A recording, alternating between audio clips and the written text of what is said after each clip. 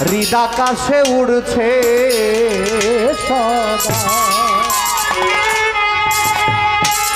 ভাববি নাকি ভাবের মানুষ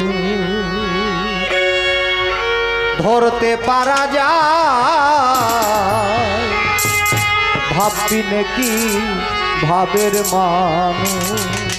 যারা আল্লাহর জাতের সাথে লয় হয়ে যায় তারা আর আমাদের মতো যে সমাজ, আমাদের যে সমাজ, এই সমাজে থাকে না, তাদের সমাজটা হয়ে যায় ভিন্ন। তখন তাদেরকে পাইতে হলে তাদের ভাবের ভাবিক হইতে হবে, নচেত তাদেরকে পাওয়া সম্ভব না।